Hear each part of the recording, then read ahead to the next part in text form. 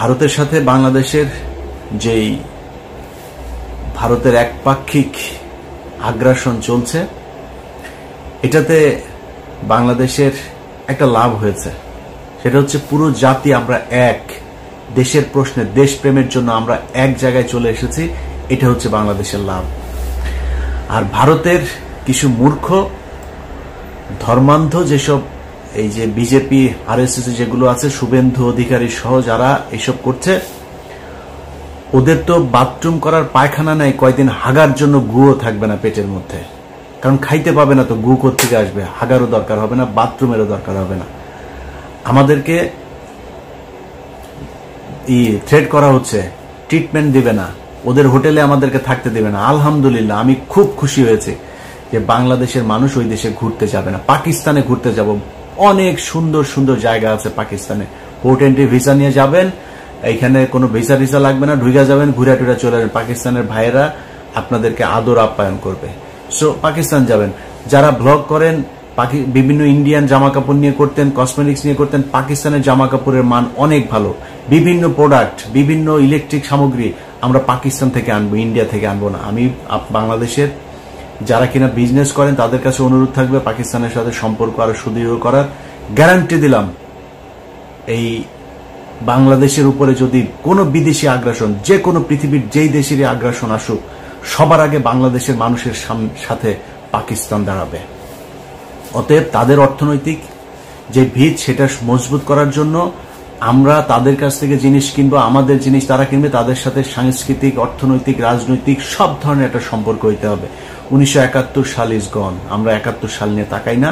71 সালের মতো বাংলাদেশ পাকিস্তান জীবনে কোনোদিন আলাদা হবেও না। এটা একসাথ করার সময় ব্রিটিশদের চাল ছিল, একটার ওই মাথায় একটার এই মাথায়। সো এটা এমনিতেই আলটিমেটলি থাকতো না। আমরা এখনো এক হইতে চাই না, কিন্তু সম্পর্কটা মজবুত হইতে হবে। আমার দেশের কোনো সমস্যার জন্য যাতে পাকিস্তান তাদের পারমাণবিক অস্ত্র থেকে শুরু করে যা যা প্রয়োজন, সেটা যাতে আমরা মনে করতে পারি এটা আমাদের, এবং ভারত সেটার জন্য যেন ভয় পায়, আমাদের সেই সম্পর্কটা তাদের সাথে থাকতে হবে। অতএব আমরা পাকিস্তান যাব। যারা চিকিৎসক, আপনাদের কাছে অনুরোধ, আমাদের এখন সবচেয়ে বড় সমস্যা যেটা আমরা মনে করছি, যে না পারতে অনেক মানুষকে ভারতে যেতে হয়। আপনাদের বাংলাদেশের চিকিৎসকদের কাছে হাত জোর করে অনুরোধ করছি, বাংলাদেশে অনেক খারাপ ডাক্তার আছে, অনেক খারাপ হাসপাতাল আছে, অনেক ভালো মানুষও আছে। অতএব ভালো মানুষ ডাক্তার যারা আছেন, ভালো মানুষ বিজনেসম্যান যারা আছেন, আপনাদের কাছে অনুরোধ, গাজীপুর, নারায়ণগঞ্জ, সাভার, অন্তত এইসব জায়গাগুলোতেও, বিভাগীয় শহর, এই জায়গাগুলোতে যদি বড় বড় কিছু ভালো ভালো হসপিটাল করেন, যেটার এই ডাকাতি করবে না, রিপোর্ট করার নামে, টেস্ট করার নামে মানুষের গলা কাটবে না, এরকম অন্তত সারা বাংলাদেশে 10 জন মানুষ কি আপনারা নাই? 10 জন মানুষ 10টা জায়গায়, বিভাগীয় শহরগুলো সহ ঢাকার এই শহরতলি জায়গাগুলোতে কয়েকটা হাসপাতাল করেন। আমার বিশ্বাস বাংলাদেশের মানুষ এইখানে যদি ভালো ট্রিটমেন্ট পায় তাহলে বিদেশে যাবেন। আপনাদের কাছে অনুরোধ, ডাক্তারদেরকে এগিয়ে আসতে হবে। সো আপনারা এটার ব্যবস্থা নেন। আমার যতটুকু গ্রহণযোগ্যতা আছে, আমার যতটুকু পরিচিতি, আমার সোশ্যাল মিডিয়াতে যতটুকু মানুষের কাছে যেতে হয়, আমি আপনাদের এই হাসপাতাল করার জন্য যত প্রচারণা দরকার আমি আমার জায়গা থেকে করব। সবগুলো ক্ষেত্রে আমি আপনাদের সাথে থাকব। আপনাদের কাছে অনুরোধ, এই চিকিৎসা খাতটাকে একটু বাঁচান, বাংলাদেশের মানুষ যাতে আর ইন্ডিয়াতে চিকিৎসার জন্য যেতে না হয়। অতএব আমরা যেই অবস্থাটা দেখছি, এটাতে আমার বিশ্বাস ভারতের এখনো ক্ষতি হচ্ছে, সামনেও ক্ষতি হবে। কারণ আমাদের ভেতরে যে দেশপ্রেম, যে ভারত বিরোধী আমাদের যেই মানুষের ভেতরে একটা সেন্টিমেন্ট তৈরি হয়েছে, সেটাকে তারা আরো পোক্ত মজবুত করছে, শুধু একটা দল ছাড়া, সেটা হচ্ছে এই আওয়ামী লীগ।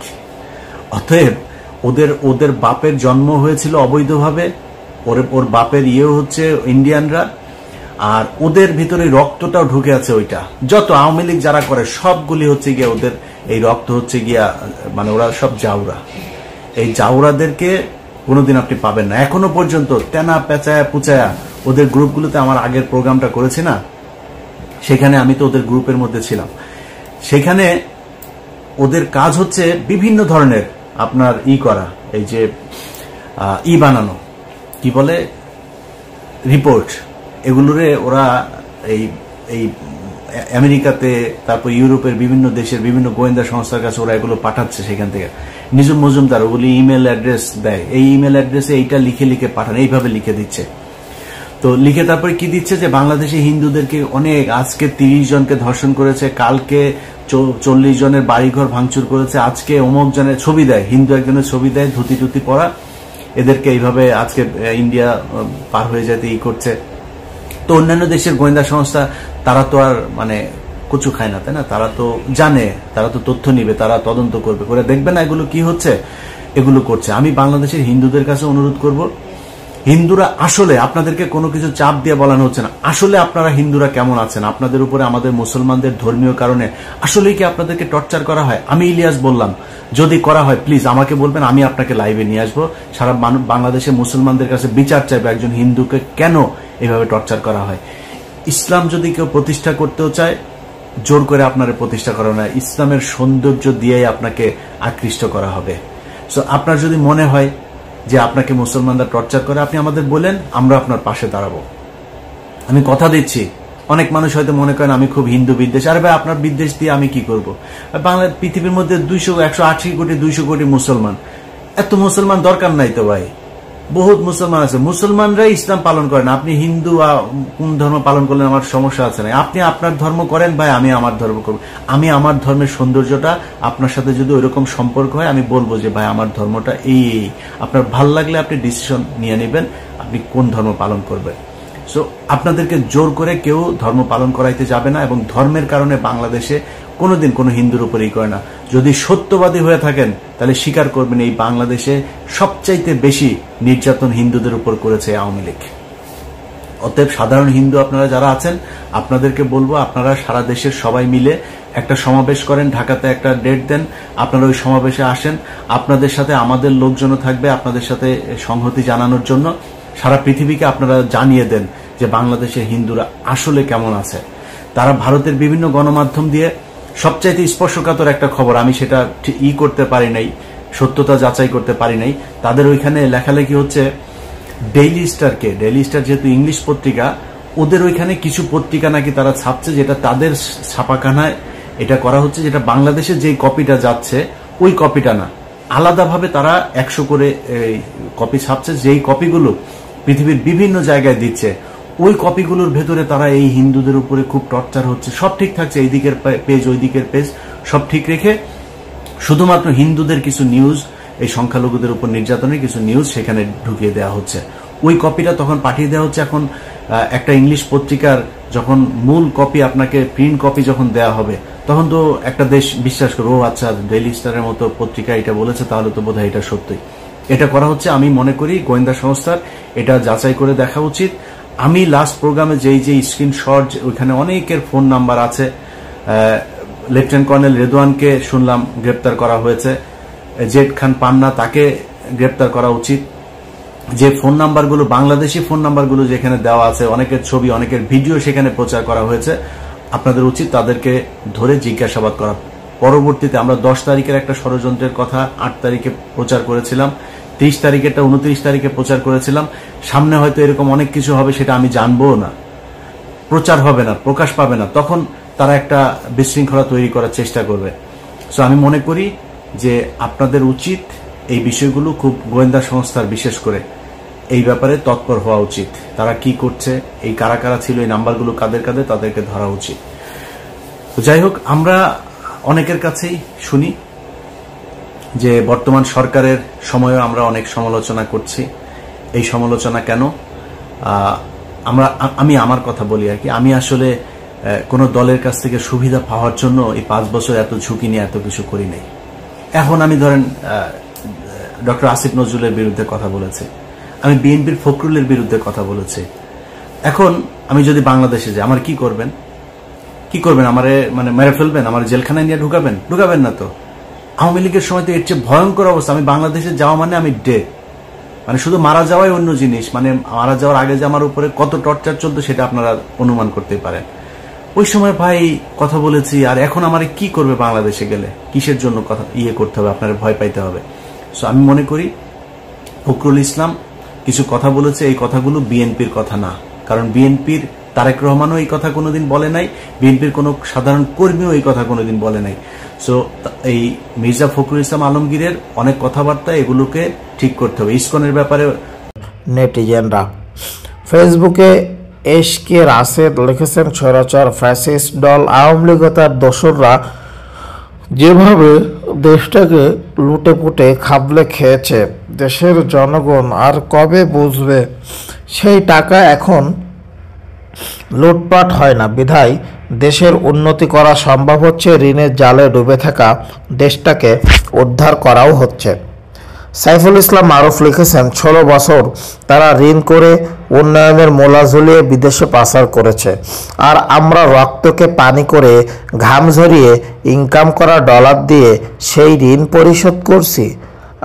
আসাদুজ্জামান ফরাজি লিখেন, আলহামদুলিল্লাহ, বিজয়ের এই মাসে মাননীয় উপদেষ্টা মহোদয় আপনাদের অক্লান্ত পরিশ্রমের ফলে আমরা এই ধরনের সফলতা পাচ্ছি।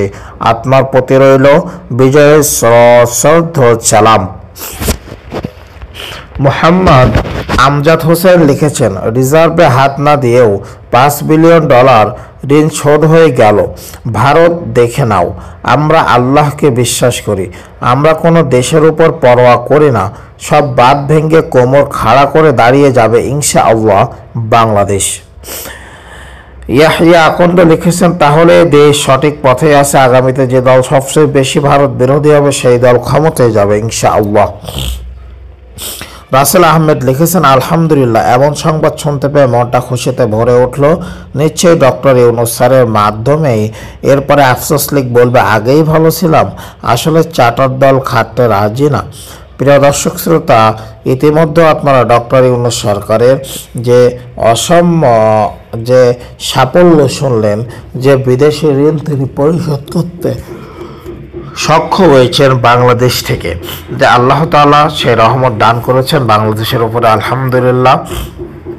সর্বপ্রথম সেই মহান প্রশংসা মালিকের শুকরিয়া আদায় করে দেশে ফিরিয়ে বিচার করার প্রতিশ্রুতি দিলেন মোহাম্মদ ইউনূস।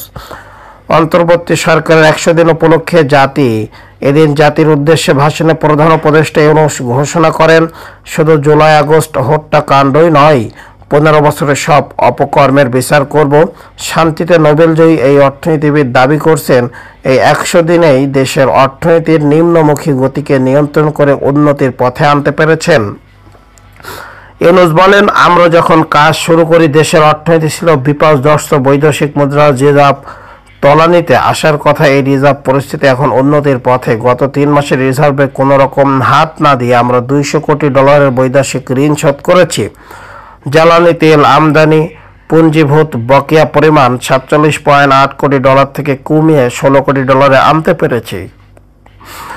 এদিন ইউনূস ভাষণের গোড়াতেই জুলাই আগস্টের শহীদের পাশাপাশি মুক্তিযুদ্ধের লাখো লাখো শহীদকে স্মরণ করেন। সম্প্রতি একটি সংবাদ মাধ্যমকে দেওয়া সাক্ষাৎকারে ইউনূস মুক্তিযুদ্ধের ঐতিহ্য সম্পর্কে প্রশ্নের জবাবে বলেছিলেন, ছাত্র জনতা কম্পিউটারের মতো বাংলাদেশ রিসেট বোতাম টিপে দিয়েছে, ফলে অতীতের সবকিছুই মুছে গিয়েছে। ইউনূস এই মন্তব্য হইচই পড়ে গিয়েছিল মুক্তিযোদ্ধাদের। অনেকে তার এই মন্তব্যের নিন্দা করে বলেছিল, মুক্তিযুদ্ধের অতীত মুছে ফেলাই ইউনূসের লক্ষ্য। কিন্তু 30 লক্ষ মানুষের প্রাণ দানের বিনিময়ে বাংলাদেশের স্বাধীনতা অর্জনের ইতিহাসকে মোছা যাবে না। প্রিয় দর্শক শ্রোতা, এই যে 30 লাখ বলে, এটা সম্পূর্ণ মিথ্যা কথা। কোনো 30 লাখ বাংলাদেশে জীবন দেয়নি, সবল ফাউল কথা। 71 সালে মুজিবুর মিথ্যা বলেছিল। কেউ কেউ আবার 1970, 71 ইউনূস কোথায় ছিলেন, মুক্তিযুদ্ধে তার অবদান কি, এইসব প্রশ্ন তুলেছিলেন। এই দিন তাই সচেতনভাবে মুক্তিযুদ্ধের শহীদের স্মৃতি চারণে বক্তৃতা শুরু করেন ইউনূস। তবে একই বন্ধনের মধ্যে তিনি গণ অভ্যুত্থানে নিহতদেরও রাখেন। আহতদের অর্থ সাহায্য দেওয়া, চিকিৎসার ব্যবস্থা করার মতো বিষয়ে সরকারের কাজকর্ম পরিকল্পনার কথা এদিনও ফলাও করে বলেন তিনি। ইউনূস এদিন দাবি করেন, নির্বাচনের ট্রেনের যাত্রা শুরু হয়েছে, সেই ট্রেন আর থামবে না, কিন্তু যেতে যেতে আমাদের অনেকগুলো কাজ সেরে ফেলতে হবে। এই ট্রেন শেষ স্টেশনের কখন পৌঁছাবে সেটা নির্ভর করবে কত তাড়াতাড়ি আমরা তার জন্য রেল লাইনগুলো বসিয়ে দিতে পারি, আর তা হবে রাজনৈতিক দলগুলোর ঐক্যমতের মাধ্যমে। তবে তারা নির্বাচন কমিশন গঠন করেই কাজ শেষ করে দিতে চান না। নির্বাচনী ব্যবস্থাকে সংস্কার করা তাদের লক্ষ্য, যাতে বাংলাদেশের চিরটা কাল সেই পদ্ধতিতে অনুসরণ করা হয়।